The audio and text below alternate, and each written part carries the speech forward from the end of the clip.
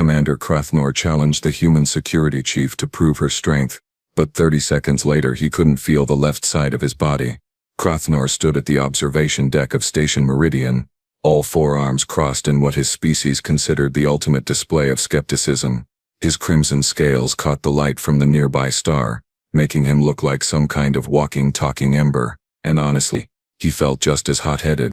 "They are sending humans," his second-in-command Valk announced from behind him. The younger Vexilian's voice carried that unmistakable tone of amusement, the kind you use when someone tells you they are bringing a pet to a war council. "Humans." Krathnor let the word roll off his forked tongue like it tasted bad, which in his opinion it did. The galaxy's most overrated species. He had heard the stories, of course. Everyone had. Humans this, humans that. Humans somehow survived their death world and now they think they are tough. Please. Krathnor had fought in 17 campaigns across 9 star systems. He wore the Crimson Mark of Valor, the highest military honor his people could bestow. He had personally defeated a Kromath berserker in single combat, and those things were 3 times his size and made of what could only be described as angry muscle and bad attitude. And yet somehow these soft-skinned, short-lived mammals had the entire Galactic Council tripping over themselves to accommodate them.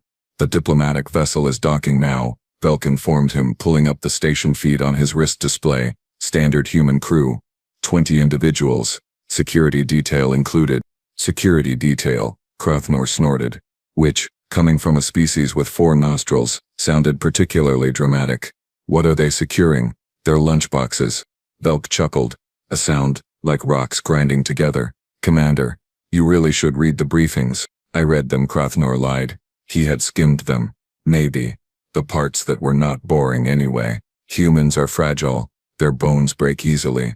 They need constant temperature regulation or they die. They require sleep every single day, sometimes for a third of their entire cycle. They are biological disasters held together by what? Audacity and caffeine. "The reports do mention the caffeine thing quite a bit," Velk admitted. Krathnor turned from the viewport, his tail swishing behind him in agitation. Among his people, the Vexilians, strength was everything. Not just physical strength, though that mattered plenty, but strength of will, strength of honor, strength of purpose. Warriors were the backbone of their society, the ones who made the hard decisions, who protected the weak, who faced down the darkness between stars without flinching. Humans, from everything he had read, glossed over and heard secondhand, were none of those things. They were newcomers to the galactic stage, arriving only 70 years ago with their primitive fusion drives and their embarrassingly young civilization. They had no warrior caste, no formal combat training from birth, no centuries-old martial traditions. They had what? Movies, television, something called football that was apparently not even played with feet most of the time. It was insulting, really. The council treating them like equals. "I want to meet this security chief," Krathnor announced, suddenly making a decision that would in retrospect rank among his top 5 worst ideas ever. Right up there with challenging that plasma eel to a staring contest and eating that thing on Rigel 7 that was still moving. "Commander," Valk's head tilted, concerned. "You heard me. When they disembark, I want to meet their head of security. Face to face. I want to see what passes for a warrior among these creatures." Velk hesitated, his claws tapping against his datapad in that nervous way he had. "Sir, the diplomatic protocols specifically request that we maintain professional courtesy and avoid any, and I am quoting here, dominance displays or physical posturing." "I am not posturing," Krathnor said, posturing aggressively. "I am simply curious about our guests." Is curiosity against protocol now? When you get curious, things tend to catch fire. That was one time, and that ambassador had it coming. The docking clamps engaged with a heavy thud that resonated through the station's superstructure. Krathnor felt it in his bones, that satisfying metallic sound of connection. The human vessel, he had to admit, was not bad-looking. Sleek design, efficient lines, none of the overcomplicated nonsense that some species slapped onto their ships. But looking good and being good were 2 very different things. "They are opening the airlock," Velk reported. Krathnor straightened to his full height, which was impressive by anyone's standards. 2.5 meters of scaled muscle, combat training and poorly concealed arrogance. He flexed all 4 arms in sequence, a warm-up routine that had intimidated countless opponents. "Let us go welcome our guests," he said, his voice dripping with the kind of sarcasm that probably should have been a warning sign to everyone involved. It was not. The human security chief was not what Crathnor expected, which, given that he had spent the walk to the docking bay imagining some trembling oversized child in an ill-fitting uniform, was probably for the best. Jen Park stood about 1.7 meters tall, which by human standards was apparently average, and by Vexilian standards was adorably tiny. She had dark hair pulled back in a simple ponytail, and she wore the standard blue and gray uniform of Earth's diplomatic security service. No visible weapons unless you counted the datapad magnetically attached to her belt. She looked, and Crathnor could not stress this enough, completely and utterly unbothered by everything around her. Commander Crathnor, the human ambassador was saying, a tall male named Richard Chen, who had the kind of smile that made you want to count your fingers after shaking hands. Thank you for hosting us on Station Meridian. This is Officer Jen Park, head of our security detail. Jen nodded once. Just once, like she was acknowledging a weather report, not meeting one of the most decorated warriors in this sector. Crathnor felt his scales ripple with annoyance. Officer Park, he said, intentionally using the title like it was something he found on the bottom of his boot. I trust your journey was not too taxing for your, delicate constitution. Nope, Jen said. Pop the pay at the end, like she was talking about lunch options. It was fine. Fine. Crathnor repeated the word like he was tasting it. Still bad. How nice. You know, Officer Park, on my world security chiefs are warriors. True warriors. Tested in combat from the age of 5 cycles. We earn our positions through strength, skill and blood. Cool, Jen said, which was apparently human for, I am listening but do not actually care even a little bit. The ambassador coughed. Commander, perhaps we could proceed to the conference room and— I am curious, Crathnor interrupted, taking a step closer to Jen. She did not step back. Points for that, he supposed. Stupid points. But points. How does one become a security chief among humans? Is there a test, or do you simply volunteer and hope nobody notices? Velk made a small distressed sound behind him, the kind of sound that translated roughly to please stop talking. Oh ancestors, please stop. Jen looked up at Crathnor with eyes that were dark brown and carried about as much concern as a rock. There is a test actually. Physical fitness, combat training, tactical assessment, psychological evaluation. Pretty standard stuff. Combat training, Crathnor laughed, and it was not a nice laugh. It was the laugh of someone about to make a terrible decision and absolutely commit to it. Officer Park, I have trained in 17 different martial disciplines. I have fought beings twice my size and 3 times my ferocity. I have quite literally crushed enemies beneath my feet. Neat, Jen said. That did it. That single word, delivered with such profound disinterest, shattered what little restraint Crathnor had left. I challenge you, he declared, loud enough that every species within 20 meters turned to look. Formal combat, single engagement, first to yield or fall, right here, right now. The docking bay went very, very quiet. The kind of quiet that happens when everyone simultaneously realizes they are about to witness either something amazing or something horrible, and possibly both. Ambassador Chen opened his mouth, probably to say something diplomatic and calming, but Jen held up one hand stopping him. Sure, she said. Just like that. Sure, like he had asked if she wanted coffee. Give me a second to stretch. And then, right there in the docking bay, this tiny human woman bent forward and touched her toes. Just casual stretching, the kind you do before a light jog, not before facing a decorated Vexilian warrior in combat. This is going to be over in seconds, someone in the growing crowd muttered. It was a Thexian merchant, 3-eyed and eager for gossip. Poor human does not know what she got herself into, added a Frillian trader, her tentacles quivering with anticipation. Velk moved closer to Crathnor. Commander, this is a mistake. Nonsense, Crathnor said, already moving toward the station's designated combat arena, a reinforced space used for settling disputes the old-fashioned way, because apparently, that was a universal constant. Every space station in the galaxy had that one room where people could legally beat each other up. This will be educational for everyone involved. The crowd followed, growing with each intersection they passed. Word spread fast on a space station. Within minutes it seemed like half the station's population had found reasons to suddenly be very interested in the arena level. The arena itself was a circular space, 15 meters in diameter, with impact-absorbing floors and energy barriers to protect the spectators. The lights automatically brightened as they entered, sensors detecting imminent violence the way smoke detectors sense fire.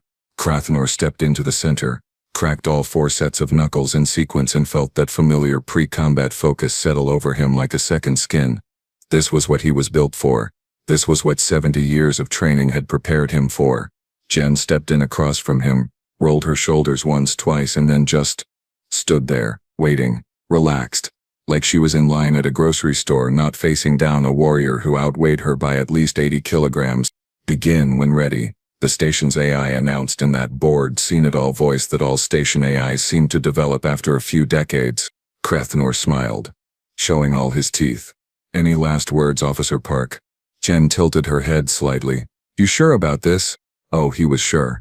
He was absolutely, completely, catastrophically sure. Crathnor launched himself forward with the kind of speed that had earned him 3 medals and a reputation for ending fights before they started. His primary right arm swung in a devastating arc, aimed at where Jen's center mass had been approximately half a second ago. Emphasis on had been. The human was not there anymore. She had simply, and this was the part that started to bother him immediately, stepped to the side. Not dramatically, not with some fancy flourish or combat roll. She just moved, like someone avoiding a puddle on the sidewalk. "Huh," someone in the crowd said. Crathnor spun, his tail whipping around to compensate for his momentum, and threw a combination strike with his secondary arms. Left, right, left again, each blow capable of denting steel plating, each one hitting absolutely nothing but air. Jen ducked under the first, leaned away from the second, and the third passed so close to her face that it should have at least made her blink. It did not. She just watched it go by, like watching a bus pass. "Okay," Crathnor said, breathing slightly heavier than he wanted to admit. "You are quick. Good. This will not be completely boring." Jen did not respond. She just maintained that same relaxed stance, weight slightly forward, hands loose at her sides, waiting. Fine. If speed was not working, strength would.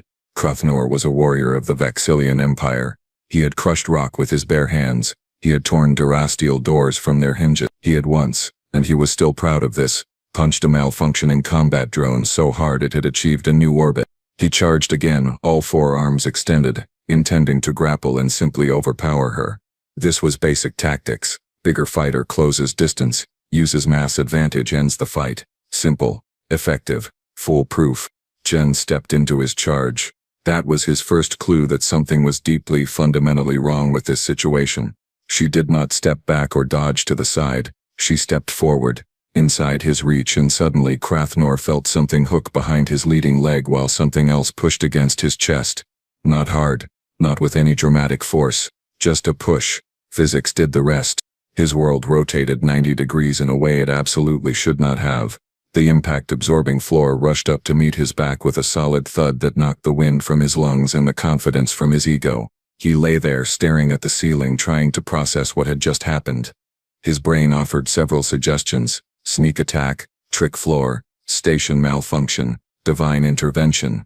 None of them made sense, because he had seen exactly what happened. He just could not accept it. Jen appeared in his field of vision, looking down at him with an expression of mild concern. The kind of concern you might have for someone who tripped on a rug. "Should I call someone?" she asked. The crowd had gone absolutely silent, the kind of silence usually reserved for funerals or moments of profound shock. Someone dropped something metal. It rang out like a bell in a cathedral. Crathnor's pride, which was substantial and had its own gravitational field, reasserted itself. "I slipped," he announced, rolling to his feet with as much dignity as he could salvage, which was not much, but he was trying. "The floor is slippery." "Uh-huh," Jen said. That universal sound of polite disbelief. "Again," Crathnor demanded. "This time I will be ready." Jen shrugged. "Your funeral." He came at her with everything. Every technique, every dirty trick, every combat skill he had accumulated over 70 years of dedicated training. He feinted with his upper arms and struck with his lower ones. He used his tail like a fifth limb, sweeping at her legs. He varied his rhythm, changed his angles, attempted grapples and strikes in combinations that should have overwhelmed any opponent. Jen Park, all 1.7 meters of her, moved through his attacks like water. No, not like water. Water was passive. She was selective. She moved exactly as much as she needed to, not a centimeter more. Every dodge was minimal. Every deflection was precise. She was not fighting him so much as she was declining his invitations to hit her. And then, when he overextended on a particularly aggressive lunge, she did something that would haunt his nightmares for weeks. She poked him. Just extended one finger and poked him in the shoulder. Right on a pressure point he did not even know he had. His entire left side went numb. Both left arms dropped like someone had cut the strings. His leg buckled. And for the second time in 5 minutes Krothnor found himself on the floor, this time in a much less dignified heap. Okay, that was me, and Jen admitted, actually sounding a little apologetic. Sorry. Reflex. Krothnor tried to stand. His left arms were not responding to commands, neither was his left leg. He managed to prop himself up on his right side, looking like the galaxy's most pathetic tripod. What? What did you do? He managed to gasp. Nerve strike. Jen said. Like that explained anything. You have a cluster right there. Most species do. It will wear off in a minute, maybe 2. Nerve strike, Krothnor repeated. You defeated me with a poke. To be fair, it was a very specific poke. The crowd was no longer silent. They were murmuring, chattering, and in some cases making sounds that might have been laughter. Krothnor, prone on the arena floor with half his body on temporary vacation, felt his pride crumble into dust, and then that dust get stepped on. I yield, he said quietly. What was that? The station AI asked, because of course it needed clarification at this specific moment. I yield, Krothnor shouted, or tried to. It came out more like a defeated groan. Match concluded. Victor, Officer Jen Park of Earth. Jen extended a hand to help him up. Krothnor stared at it like it might be another attack. Eventually his right arms reached up and accepted the assistance. She pulled him to his feet with surprising strength, steadying him as sensation slowly, painfully started returning to his left side. You good? She asked. I know, Krothnor admitted. No, I am very much not good. Yeah, Jen said, with what might have been sympathy. It happens. The crowd began to disperse, conversations already turning to wild speculation and exaggeration. By dinner time, the story would be about how the human had defeated him with a single glance. By tomorrow, legends would be born. Krothnor stood in the center of the arena, feeling smaller than he ever had in his entire life, and realized with growing horror that he had just learned a very important lesson. He had absolutely no idea what humans were actually capable of, and based on Jen Park's casual demeanor, neither did anyone else. Should I call someone? Jen asked again, this time with what might have been actual concern. You look kind of pale. Can Vexilians look pale? My pride, Krothnor said weakly. Call the morgue. I think it just died. The medical team arrived approximately 30 seconds after Krothnor's pride had finished its death rattle. 2 Plexian medics, all tentacles and concerned chittering, rushed into the arena with scanners and concerned expressions. Commander Krothnor, please remain still while we assess your injuries, the lead medic said, waving a scanner over his still tingling left side. I am fine, Krothnor growled, which was the universal declaration of people who were absolutely not fine but refused to admit it. I do not need medical attention. Your nervous system shows significant disruption in the left quadrant, the medic insisted, their tentacles typing rapidly on a datapad. We should transport you to the medical bay for observation. No. Krothnor pulled away from the scanner with whatever dignity he could scrape together from the bottom of the barrel. I am fine. It is already passing. See? He flexed his left arms, which cooperated just enough to not make him a complete liar. Perfectly functional. The medic looked skeptical, which was impressive, given that Plexians did not technically have faces. If you experience any numbness, tingling, or loss of motor control, I will come immediately to the medical bay, Krothnor lied through his teeth. You have my word as a warrior. The medics exchanged glances that clearly said they had heard that particular lie before, but eventually packed up their equipment and left, probably to go write a report about stubborn Vexilians and their allergic reactions to medical care. Velk approached cautiously, like someone approaching a wounded and particularly irritable predator. Commander, that was. Do not say it, Krothnor warned. Enlightening. I said do not say it. Jen had moved to the side of the arena and was drinking something from a container that read water purified Earth Standard in 5 languages. She looked like she had just finished a light warm-up, not defeated a decorated warrior in single combat. Krothnor limped over to her, his pride demanding answers even if his body wanted nothing more than to find a dark room and contemplate his life choices. How? He said simply. Jen looked up from her water. How what? How did you? You are half my size. You have 2 arms. 2. I have 4. 4 arms, Officer Park. Basic mathematics says I should have won. Math is not really great at fighting, Jen said. Also, I have been training since I was 6. Taekwondo, Brazilian Jiu-Jitsu, Krav Maga, boxing and about 4 other systems whose names you could not pronounce, plus the standard diplomatic security combat program which is, let us just say, thorough. Training, Krathnor repeated. I have trained my entire life. Sure, but here is the thing. Jen took another sip of water. You trained on a planet with what, 0.7 standard gravity? 0.68, Krathnor corrected automatically. Right, Earth is 1.0 standard gravity. I have been working out against stronger resistance my entire life. Every step I take I am basically doing strength training compared to you. Plus, our bone density is higher, our muscle attachment points are more efficient, and we evolved from persistence hunters. We are built to keep going when everything else quits. Krathnor felt something in his worldview crack. But the briefing said humans were fragile. We are, Jen agreed. We die easy. Temperature extremes kill us. We need oxygen constantly. We are vulnerable to like 1,000 different diseases. But fragile and weak are not the same thing. We are fragile like I do not know, a really tough piece of glass, hard to break in the right direction. But yeah, we have weaknesses. This is insane, Krathnor muttered. You want to hear insane? A voice called from the dispersing crowd. A Vexilian merchant, the same one who had predicted Jen's quick defeat, approached with all 3 eyes wide. I once saw a human fall down a full flight of stairs, hit every single step and then get up and apologize to the stairs. To the stairs, like the stairs had feelings. Oh, a Vexilian trader added, tentacles waving excitedly. I sold goods on Earth once. Their planet tried to kill me 17 different ways. The air was too thick. The gravity was crushing. Something called pollen tried to suffocate me, and the humans.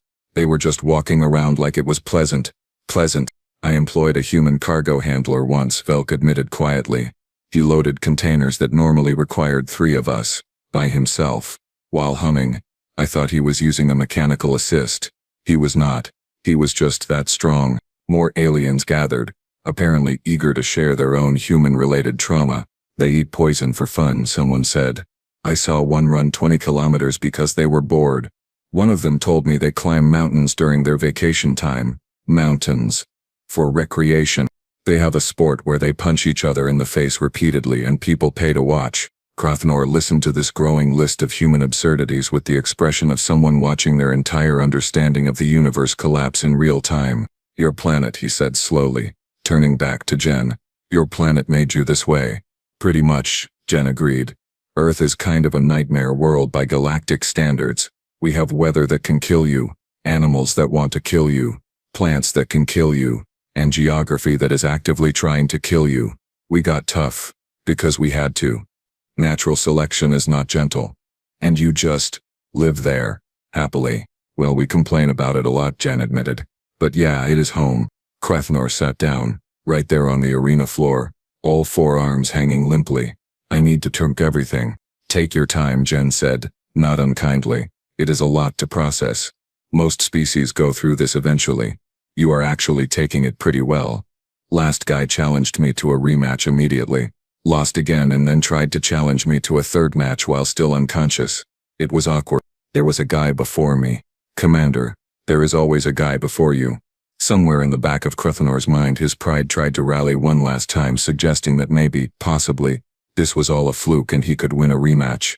The rest of his brain, the parts that had just experienced being poked into submission, told his pride to sit down and be quiet.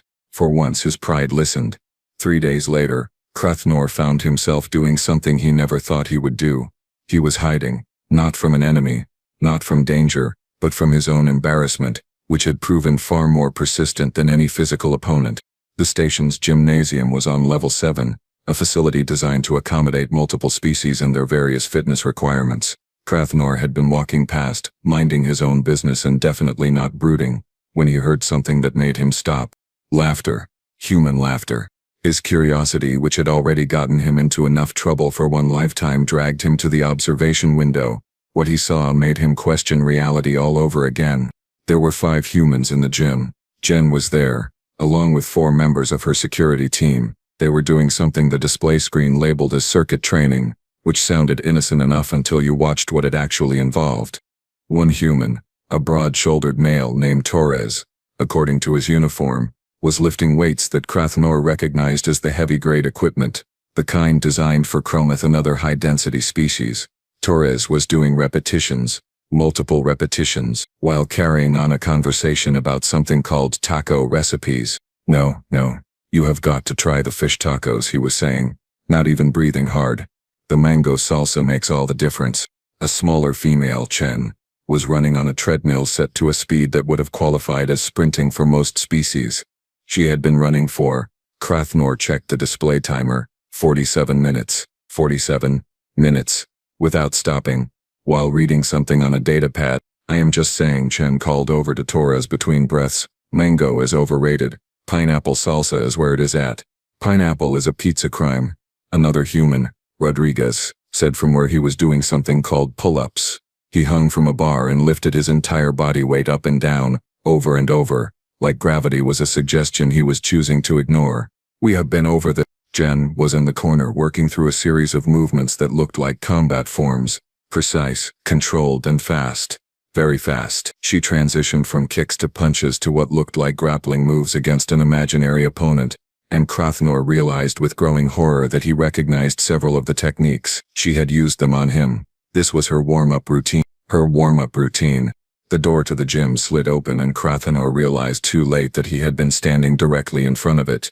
Velk emerged, looking unusually exhausted, and nearly walked into him. "Commander," Velk wheezed. "What are you doing here?" "I could ask you the same question," Crathnor said, noting his second's elevated breathing and slightly trembling legs. "I attempted to join the humans in their workout," Velk admitted. "I lasted 12 minutes before my ancestors started calling me home." 12 minutes. It was the longest 12 minutes of my life, sir. The humans had noticed them now. Jan walked over, barely glistening with what humans apparently called sweat. She was drinking that same water container, looking like she could go another 3 hours without breaking a sweat. Well, breaking more of a sweat. "Commander Crathnor," she said with a small smile, "Velk mentioned you might stop by. Come to watch the show." "I was passing by," Crathnor said, which fooled absolutely nobody. "Want to join us? We are just doing a light session today." Crathnor looked past her at Torres, who was now lifting with one arm what Crathnor usually needed 2 arms to manage. "That is light?" "Well, light for us," Jen admitted. "We can scale it down if you want to give it a try." Every instinct Crathnor had screamed at him to decline to preserve what microscopic amount of dignity he had left. But there was something in Jen's expression, not mockery, not challenge, just an offer, a genuine offer. "I suppose," he said slowly, "I could observe, for educational purposes." "Sure," Jen said, and that smile got a little wider. "Educational." She led him into the gym, where the other humans paused their various activities to offer greetings. They were polite, friendly even, and not one of them mentioned the incident from 3 days ago, which somehow made it worse, because Crathnor knew they all knew, and they were being kind about it. Humans being kind was somehow more unsettling than humans being threatening. "So," Jen said, guiding him to a section with adjustable equipment. "Want to try some basic exercises? Nothing crazy, just enough to get a feel for how we train. And if I fail miserably?" "Then you fail miserably," Jen said with a shrug. "Everyone does at first." Torres threw up his first week of basic training. Chen pulled a muscle trying to keep up with the running requirements. "Rodriguez, tell him what happened during your first sparring session." Rodriguez, still doing those impossible pull-ups, grinned. "Got my nose broken in 3 places, cried in the bathroom for 20 minutes. We all start somewhere," Jen continued.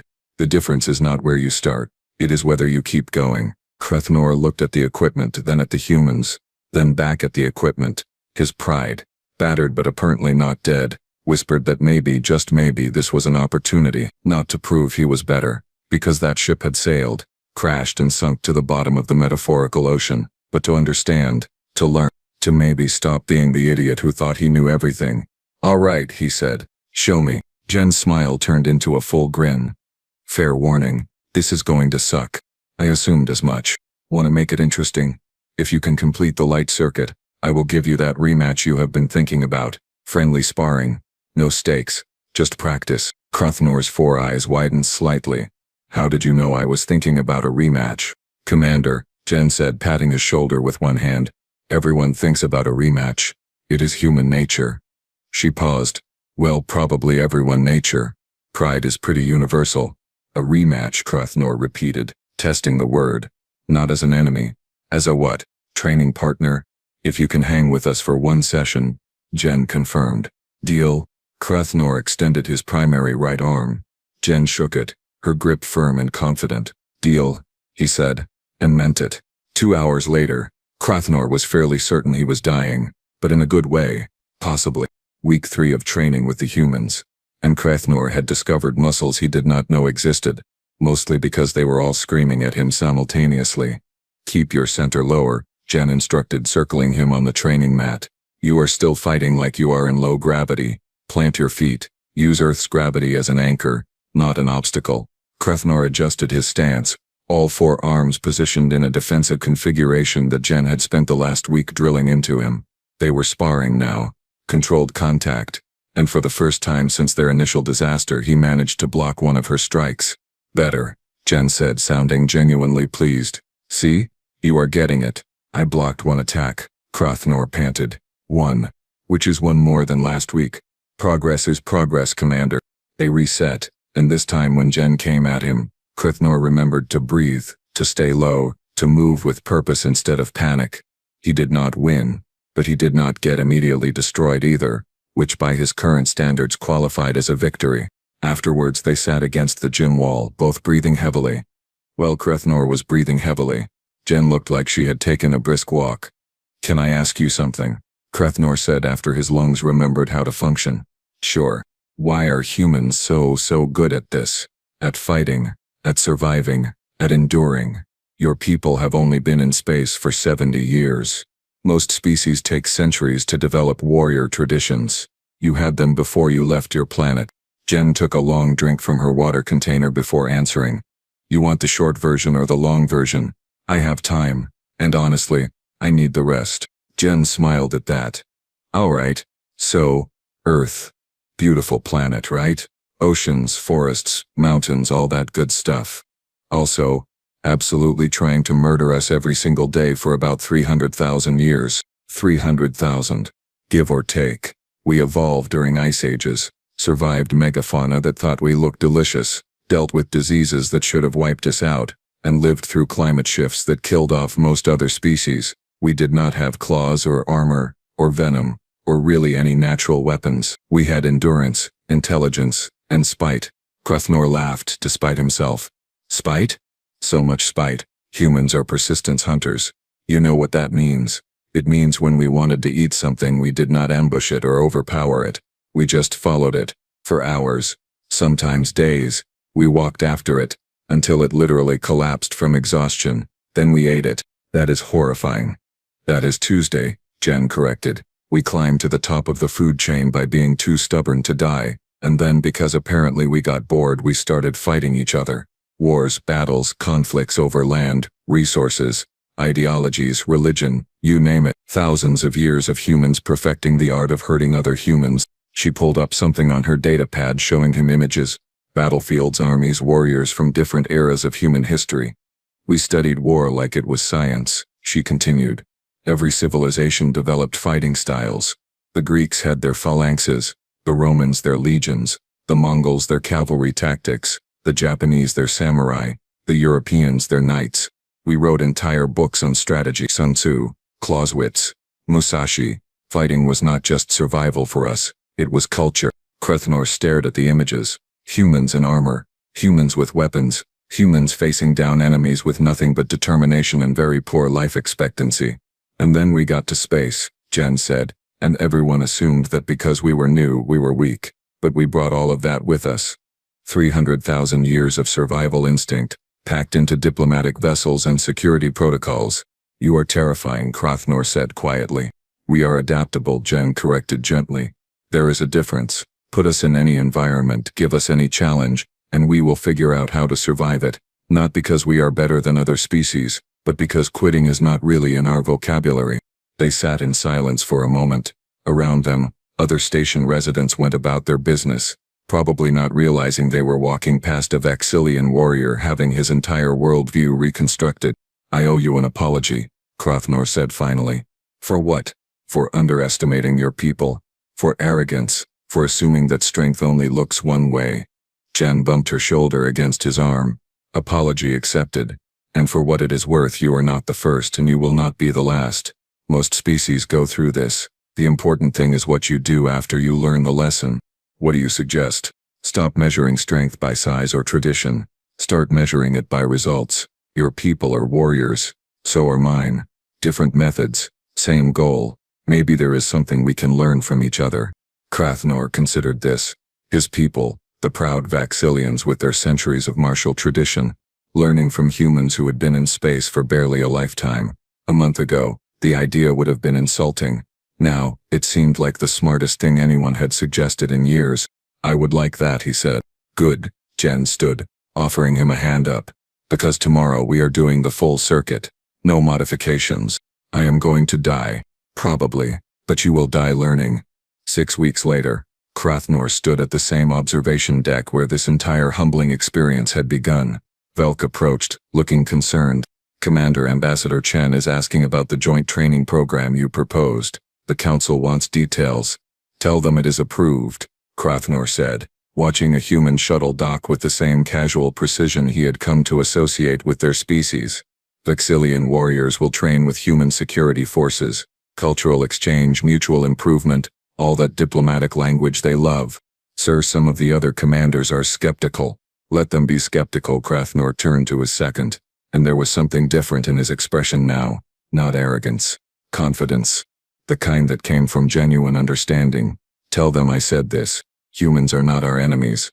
They are not our inferiors. They are survivors from a death world who clawed their way to the stars through pure determination. And if we are smart, we will learn from them before someone else does." "That is quite the endorsement, sir." "It is earned," Krothnor said. He flexed all 4 arms, feeling the new strength there, the techniques he had learned, the perspective he had gained. "Besides, Velk, someone needs to warn the rest of the galaxy." "Warn them about what?" Krothnor smiled, and it was genuine. "That if you challenge a human to single combat, you should definitely collie someone afterwards, because you are going to need medical attention, an ego repair, and possibly a complete reevaluation of your life choices." "Speaking from experience, Commander." "Extensive, painful, humbling experience," Krothnor confirmed. "The best kind." Below them, the human delegation began to disembark. Krothnor spotted Jen among them, already scanning the area with that casual vigilance that he now recognized as constant situational awareness. She looked up, saw him watching, and offered a small wave. He waved back with all 4 arms. Some lessons he had learned were worth the embarrassment, and some species, regardless of size or history or how absolutely terrifying their home planet was, were worth respecting. The humans had taught him that, along with 17 new ways to hit the floor, but that was beside the point.